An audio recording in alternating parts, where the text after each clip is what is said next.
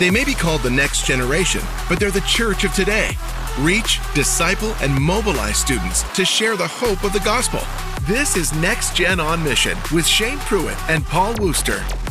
What's up, friends? Welcome to another episode of the Next Gen on Mission podcast. I am Shane Pruitt, the National Next Gen Director for NGOM. Always got my co-host with me, Paul Wooster, who's the National Collegiate Director for NGOM. Paul, what's up, brother?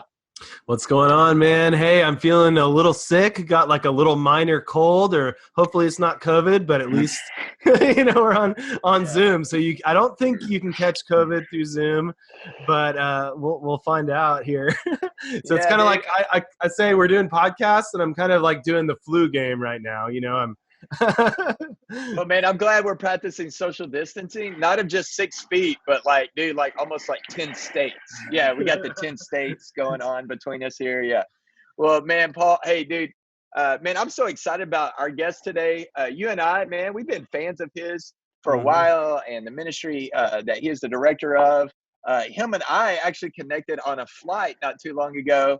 Man, he recognized like my sneakers, I had some J's on, so he noticed those first, and then the NGOM backpack. So, man, it just as another confirmation, I've been trying to convince my wife that sneakers are a ministry tool. So we got to, make sure that's in our budget every month. Yeah, there's a direct connection to your anointing and your shoe game. That's for sure. I think that's in 3 Corinthians. Yeah. Hey, well, man, hey, friends, I'm so excited about our guest today. Our guest is Solomon Rexius. He is the National Director of the Salt Company. If you are involved with collegiate ministry at all, young adult ministry, you probably know the Salt Company. If you don't, you need to get to know the Salt Company. So Solomon is the National Director. He's also a college pastor. Man, he is just an all-around incredible leader. We're so excited to have him on today as we talk about from collegiate ministry to collegiate movement. Man, what a great topic.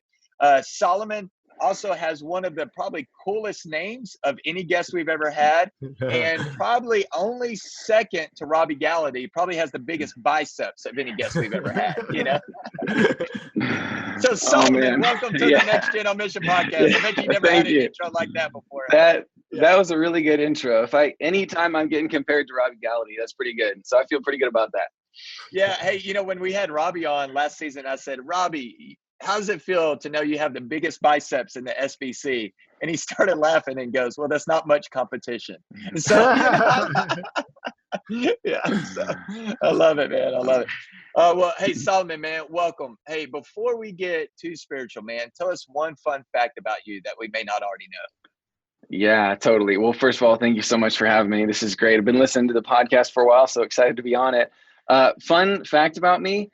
So I got a few, but the one that people kind of get a kick out of is I actually met my wife at the Zion Gate in Jerusalem.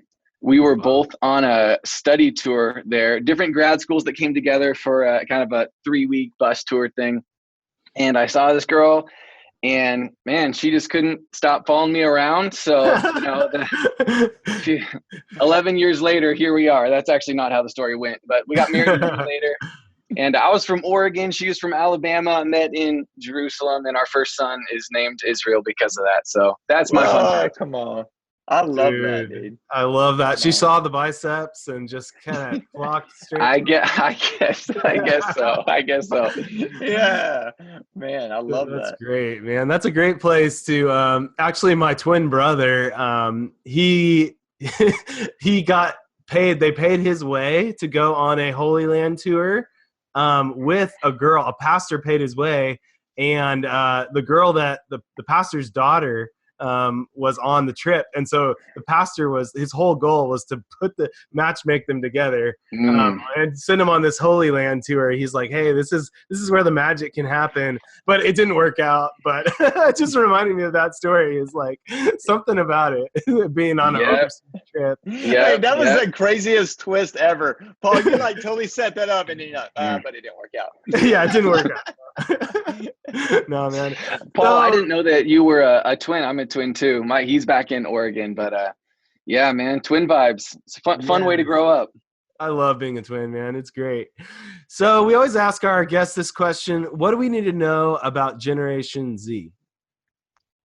Yeah, that's a great question. I think I bet a lot of people listening to this podcast could give better answers than me, or maybe even have more researched answers. I can tell you what I'm learning on a personal level about Generation Z is that they're more like me than I thought. And that's actually something that we try to teach to our staff and our student leaders, is to try to see yourself in the other person. Like I think there's value in knowing some of the trends and data of what's distinct about each generation. So like, I'm not against that, but I do think there is a danger if you know too many of those stats, that you can maybe start to see younger people as like other or different. And so we just want to be really great at loving the people we once were. And so I once was you. It took different forms, but I had struggles with security and acceptance and approval and significance, and I still do. And so I think that's one of the things that I'm learning about Generation Z, is they're actually quite a bit like me. Yeah, I love that. What a great answer, Solomon. Solomon, so listeners, like I mentioned earlier, like if you are familiar with the SALT company, then you know. If you're not, you need to know about them. And so the SALT company is one of the largest collegiate ministries in the nation. And so, Solomon, would you briefly tell us your journey of how you became involved with the SALT company and now the national director? Yeah. Well, I kind of stumbled into it, to be honest. Not sure where to start, but basically it was in college that I began to really learn what it looked like to know and follow Christ. I got saved at a young age, but it was in college where I really kind of came to spiritually. So after college, worked in accounting for a little bit, went to Western Seminary in Portland, Oregon. Then right after that, I went back to Eugene, Oregon, to help start a college ministry at a church called University Fellowship. That ministry was called The Good Fight, reaching students there at University of Oregon, my alma mater, go Ducks. And I learned so much in those years, saw some good fruit. I cherished those days. But then in the fall of 2016, it was kind of like a friend of a friend of a friend got connected with Salt Company that eventually led to a job offer. And so after a lot of talk and prayer, we came and visited. And we just saw what God was doing. I mean, over 1,000 students gathering for a midweek service of Bible teaching and worship. And I think at that point there were about 280 student leaders. Now it's up to 350. But there was something happening. And I think the invitation to that was pretty compelling. And so we came out there in the spring of 2017, came out here to Ames, Iowa. We love it. The winters are a little colder than I'm used to, in the summer's a little more hot and humid, but overall it's a great place to live and serve. And so we're thankful for the path that God has taken us on. So can you give us a little bit of history of Salt Company and the Salt Network and how God has used that? And what do you see are some of the keys to its success over the years? Yeah, for sure. So let's see. Salt Company's roots are actually in a Baptist student union that had a leadership transition and then a name change that eventually it kind of shifted and became a church-based college ministry called Salt Company. That was 1985 or 1986. And then in 1994, the leader of that ministry, with the blessing of his father, who was the pastor of that original church, planted a church across town that was going to be more specifically focused on the next generation. So we kind of took the Salt Company with him and started Cornerstone Church in 1994, which is a multi-generational church that's focused on reaching the next generation. So over the last, 27 years, the church has grown a lot. And back in 2010, through some providential events, we actually began to kind of see a vision for planting more churches like us. That is multi-generational local churches that are planted in university centers to reach the next generation. So it started in Iowa City to reach University of Iowa, and then Cedar Falls, reaching University of Northern Iowa. And then from there on, kind of throughout the Midwest. And now we're out as far as Colorado, Florida, New York next year. And so 5 years ago, there were only 5 Salt Companies. Now there's 20. And Lord willing, that number will continue to grow over the next few years. So you also asked about keys to success. So I'll touch on that quick too.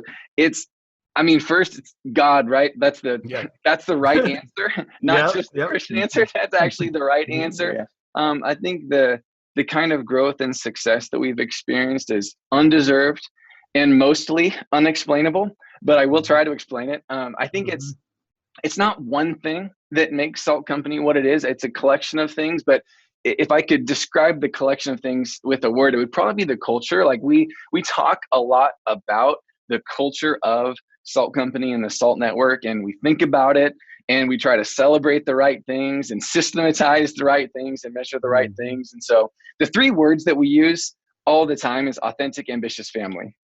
That's the kind of culture we want. And so, yeah, authentic, we have all sorts of ways that this works itself out practically. But one of the things you'd hear around Salt Company a lot is the starting point in Christianity is not acting like you have it all together, but admitting that you don't.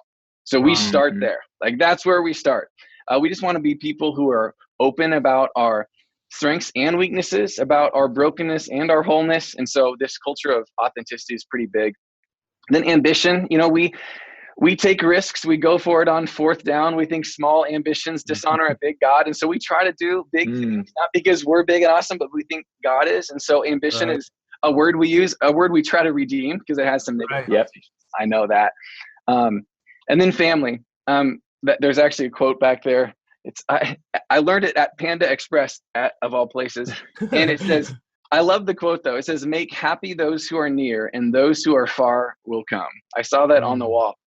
And I thought, man, that's so true for that kind of family culture that can be developed around a staff team or an elder team, or then like the membership of a church that then reaches out. It's like cascading culture, like I know Patrick Lencioni, I think, talks about like cascading communication. Well, communication is not the only thing that cascades. Culture also cascades. So we try to start those like family, the family culture really from the top, from the center of our ministry. And then last, we don't say this one very often, but I'll just throw it in there because it's true. Authentic, ambitious, family, and fun. We really try to have fun together. We think following Jesus is right and fun and exciting. So we do lots of fun things. We think healthy families have fun together.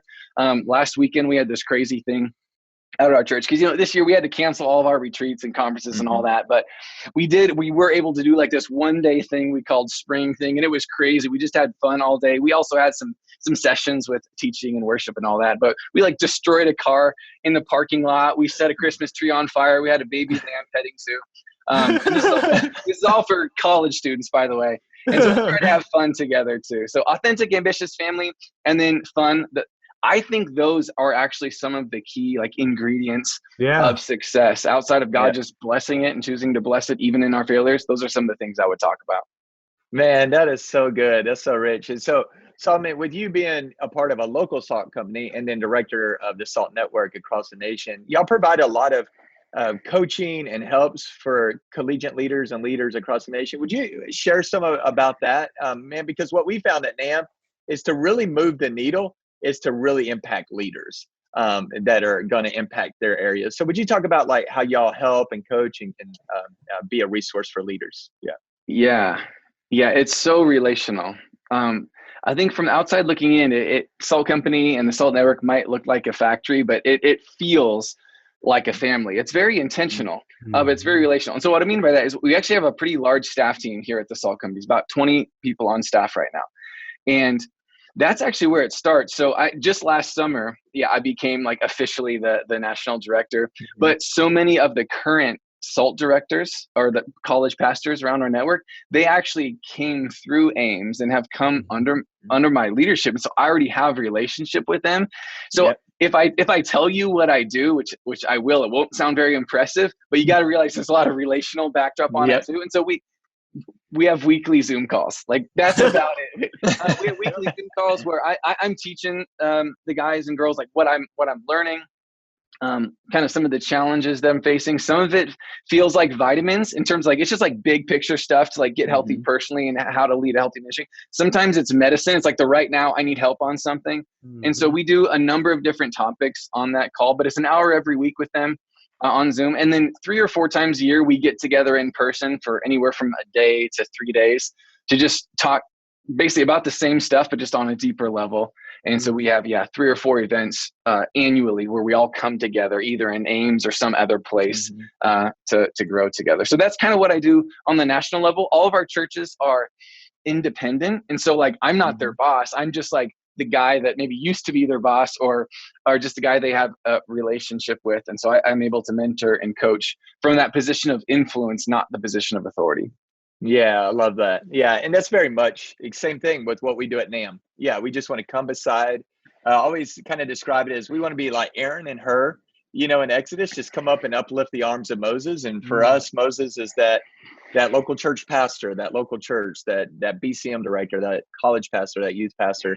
So very much the same way. I mean, and we're so like-minded with the Salt Company and great partners with you guys.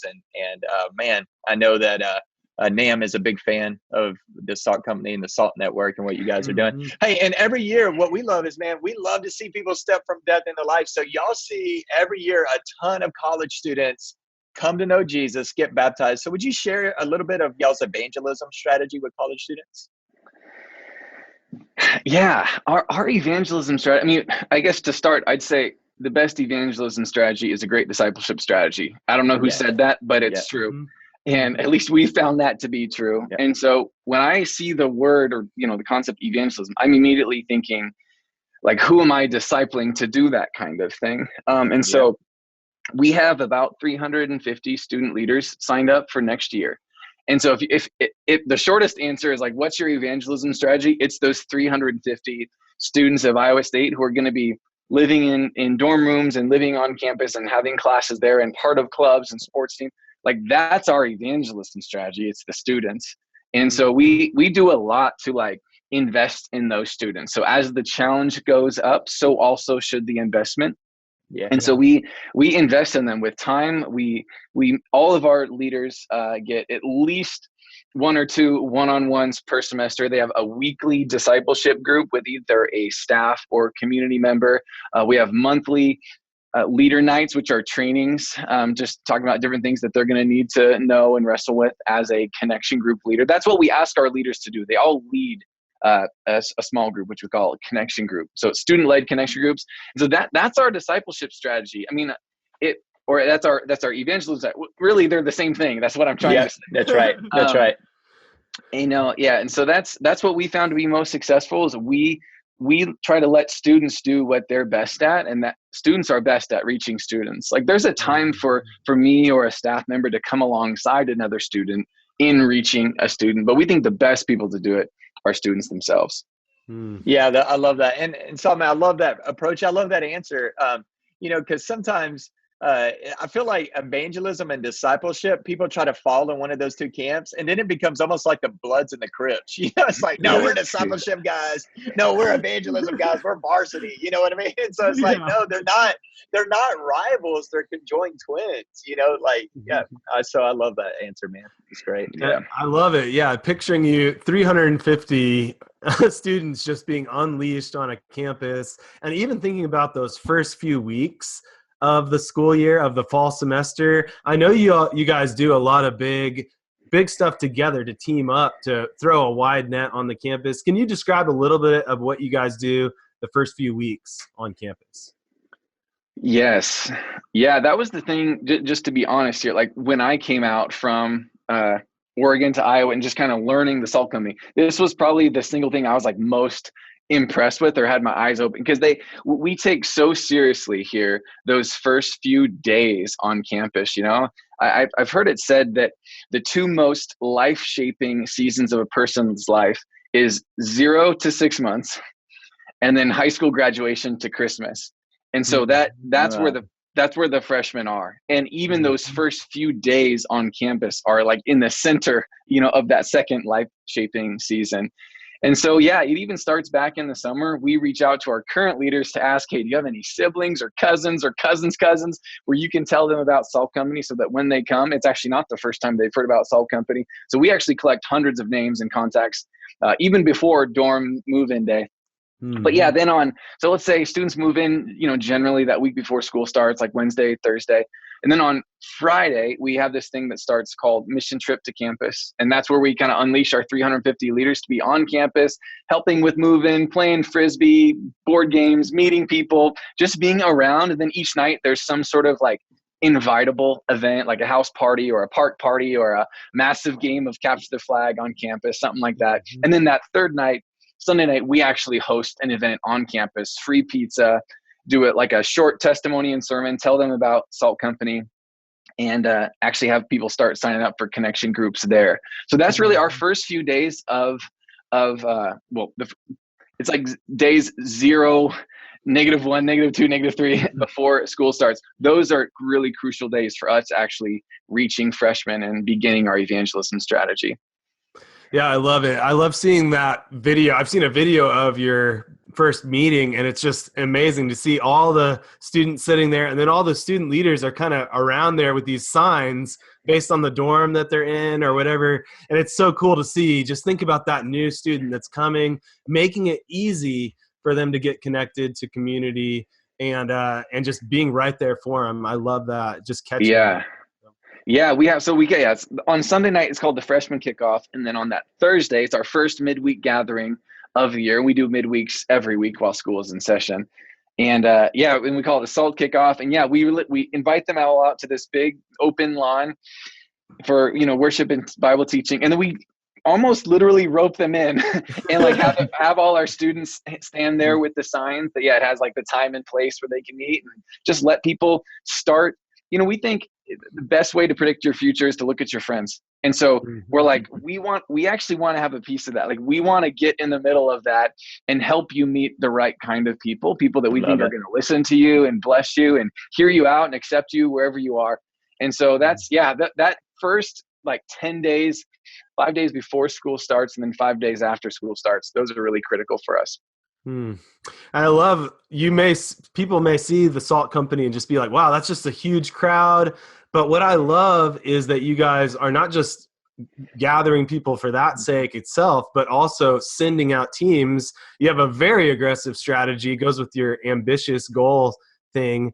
Is, man, you guys are planting churches. You have about 400 churches that you're hoping to plant in the United States, and then 100 overseas, like key university cities, that kind of thing. And students are even transferring schools to join your church plants. So what are some things that you guys are doing to mobilize students for church planting and missions? What's some of your strategy behind that? Yeah, well, I think college ministry itself is part of the strategy, because especially in a place like Ames, where it's more of like a true college town, where it's like, it's 70,000 people and half of them are students. So most people who come to Ames for school, they're going to leave. So they're going to go somewhere.